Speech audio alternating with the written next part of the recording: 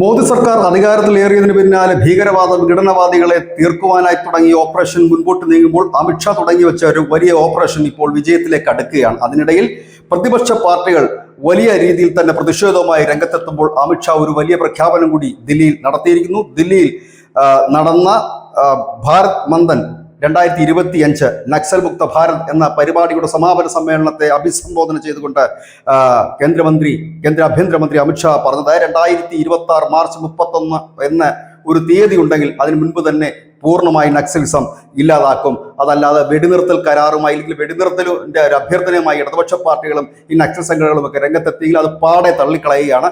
വെടിനിർത്തൽ എന്നൊന്നില്ല, പൂർണ്ണമായി തീർക്കുക അല്ലെങ്കിൽ കീഴടങ്ങുക, ഈ രണ്ട് കാര്യങ്ങൾ മാത്രമാണ് മുൻപിലുള്ളത് എന്ന് അമിത്ഷാ പറഞ്ഞതോടുകൂടി ഏതായാലും വെടിനിർത്തൽ എന്നൊരു സ്വപ്നം മാത്രമായി നക്സലുകൾക്ക് അവശേഷിക്കുന്നു. ഇതിനിടയിൽ നിന്ന് അദ്ദേഹം പറഞ്ഞ ആ കാര്യങ്ങളിലേക്ക് നമ്മൾ പോകുമ്പോൾ നമ്മളുടെ രാജ്യം ഈ 10 വർഷം കൊണ്ട് എങ്ങനെയാണ് ഈ രാജ്യത്തെ നക്സൽ ഭീകരത ഇല്ലാതായത് അല്ലെങ്കിൽ അതിൽ നിന്ന് മുക്തമായത് എന്നുകൂടി നമുക്ക് കണക്കുകളോട് പരിശോധിക്കാം. 1971 നക്സൽ പ്രസ്ഥാനങ്ങൾ ഇന്ത്യയിൽ ആരംഭിച്ചത്. ആ ഒരു കാലഘട്ടത്തിൽ തന്നെ 3620 കൊലപാതകങ്ങളും അക്രമ സംഭവങ്ങളും ഈ രാജ്യത്ത് അരങ്ങേറി. 2004 ആയപ്പോഴേക്കും ഇന്ത്യയിലെ വിവിധ നക്സൽ ഗ്രൂപ്പുകൾ ഒന്നിച്ചുകൊണ്ട് CPI മാവോയിസ്റ്റ് എന്ന് പറയുന്ന ഒരു വലിയ ഗ്രൂപ്പിന് രൂപം നൽകി. ഈ ഗ്രൂപ്പ് ഒരു വലിയ ഭീകരാന്തരീക്ഷം തന്നെ വിവിധ സംസ്ഥാനങ്ങളിൽ നടപ്പാക്കുകയും ചെയ്തു. പശുപതിയിൽ നിന്നും തിരുപ്പതി വരെയുള്ള ആ മേഖലയാകെ റെഡ് കോറിഡോർ എന്ന് അറിയപ്പെടാനും തുടങ്ങി. ഇന്ത്യയുടെ 17% വരുന്ന ഈ ഭൂപ്രദേശത്തെ 12 കോടി ജനങ്ങളെ ഭീതിയുടെ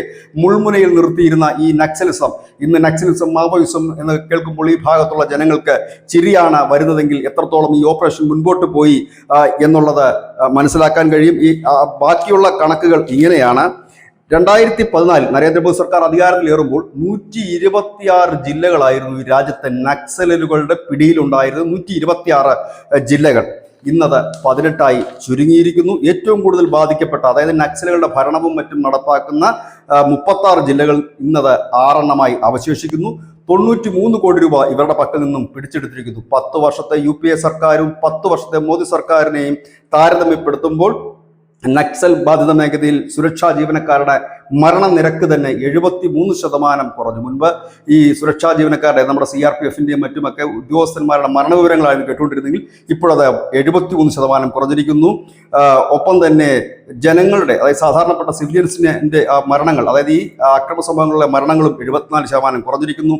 2014 മുതൽ 2024 വരെ ഈ മേഖലയിൽ നക്സൽ മേഖലയിൽ വികസനം എത്തിനോക്കാത്ത ഈ മേഖലയിൽ വികസനം എത്തിക്കാൻ തടസ്സം നിന്നിരുന്ന നക്സലുകളെ തട്ടി മാറ്റിക്കൊണ്ട് വികസനം എത്താത്ത ഈ മേഖലയിൽ 12,000-ഓളം റോഡുകൾ പണി കഴിപ്പിച്ചു. 17,500 റോഡുകളുടെ പണി പുരോഗമിക്കുകയാണ്. 10,505 മൊബൈൽ ടവറിന് നിർദ്ദേശം നൽകി. അതിൽ 7,768 മൊബൈൽ ടവറുകൾ പൂർത്തിയായി. ഈ വർഷം ഡിസംബർ 1 മുഴുവൻ മൊബൈൽ ടവറുകളും ആക്റ്റീവ് ആകും എന്ന് തന്നെയാണ് അമിത്ഷാ പറഞ്ഞത്. ഒപ്പം തന്നെ 1060 ബാങ്ക് ശാഖകൾ, 937 ATM കൗണ്ടറുകൾ, 37,850 ബാങ്കിങ് കറസ്പോണ്ടന്റ്മാർ അതായത് ഈ വീടുകളിലും മറ്റും ചെന്ന് ഈ അക്കൗണ്ട് തുറക്കാനും മറ്റുമൊക്കെ ജനങ്ങൾക്ക് സഹായം നൽകുന്ന കറസ്പോണ്ടന്റുകൾ, 5,899 പോസ്റ്റ് ഓഫീസുകൾ, 186 സ്കൂളുകൾ ഇവയെല്ലാം ഈ നക്സൽ ബാധിത ജില്ലകളിൽ സ്ഥാപിക്കാനായി ഈ സർക്കാരിന് കഴിഞ്ഞു. വടക്ക് കിഴക്കൻ മേഖലയിൽ സാധാരണക്കാരന്റെ മരണനിരക്ക് 85%. ഈ നക്സൽ ആക്രമണത്തിൽ മരണപ്പെടുന്ന സാധാരണക്കാരന്റെ മരണനിരക്ക് 85% കുറയ്ക്കാൻ കഴിഞ്ഞു.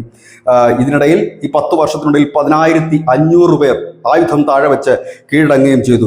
ഛത്തീസ്ഗഡിൽ മാത്രം BJP അധികാരത്തിൽ വന്നതിന് പിന്നാലെ 290 നക്സലുകളെയാണ് ഇല്ലാതാക്കിയത്. ഇതിന് ഉതകിയത് നക്സലുകളെ വേരോടെ പിഴുതെറിയാനുള്ള ഒരു നിശ്ചയദാർഢ്യമായിരുന്നു. പശുപതിയിൽ നിന്നും തിരുപ്പതി വരെയുള്ള ഏരിയയിൽ നക്സൽ മുക്തമാക്കുക എന്ന് പറഞ്ഞ അമിത്ഷാ തുടങ്ങിയ ആ ഒരു വലിയ നീക്കം ഏത് രീതിയിലാണ് മുൻപോട്ട് പോയതെന്ന് കൂടി അദ്ദേഹം വിശദീകരിക്കുന്നു. നക്സലുകൾക്ക് ധനസഹായം നൽകുന്നവരെ NIA EDയും ചേർന്ന് പൂട്ടി.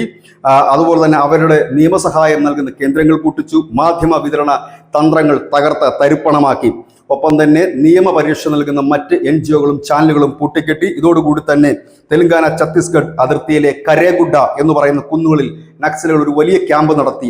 അവിടെയൊക്കെ ഈ വലിയ ആയുധ ശേഖരണം നടത്തി. 2 വർഷത്തേക്കുള്ള റേഷൻ സാധനങ്ങൾ സംഘടിപ്പിച്ചു.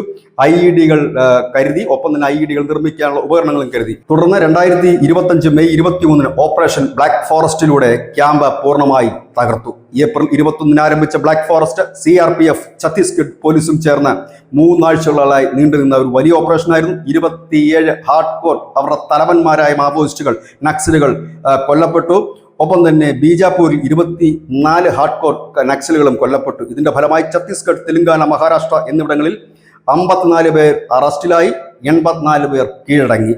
അപ്പോഴേക്കും ഇടതു പാർട്ടികൾ രംഗത്തെത്തി. അവരാണ് പുതിയ നിർദ്ദേശവുമായി രംഗത്തെത്തി, വെടിനിർത്തൽ എന്നുള്ളത്. അതിനെ തള്ളിക്കൊണ്ടാണ് അമിത്ഷാ ഇപ്പോൾ മുൻപോട്ട് വന്നിരിക്കുന്നത്. ഒപ്പം തന്നെ പുതിയൊരു പദ്ധതി കൂടി ഈ പ്രദേശത്തും മറ്റ് ഇതിന് മുൻപോട്ട് പോകുന്ന ഓപ്പറേഷനിലേക്ക് പങ്കെടുക്കുന്ന ജവാന്മാർക്കുമൊക്കെ അനവധി പദ്ധതികളും അദ്ദേഹം പ്രഖ്യാപിച്ചു. പുതിയ പദ്ധതി പ്രകാരം CAPF നൽകുക, IR ബറ്റാലിയനുകൾ സ്ഥാപിക്കുക, CAT സ്കൂളുകൾ സ്ഥാപിക്കുക, പോലീസ് സേനയെ നവീകരിക്കും, സുരക്ഷാ ചെലവുകൾ തിരിച്ചടയ്ക്കാൻ സംസ്ഥാനങ്ങളുമായി ചേർന്നുകൊണ്ടാണ് ഈ പദ്ധതി.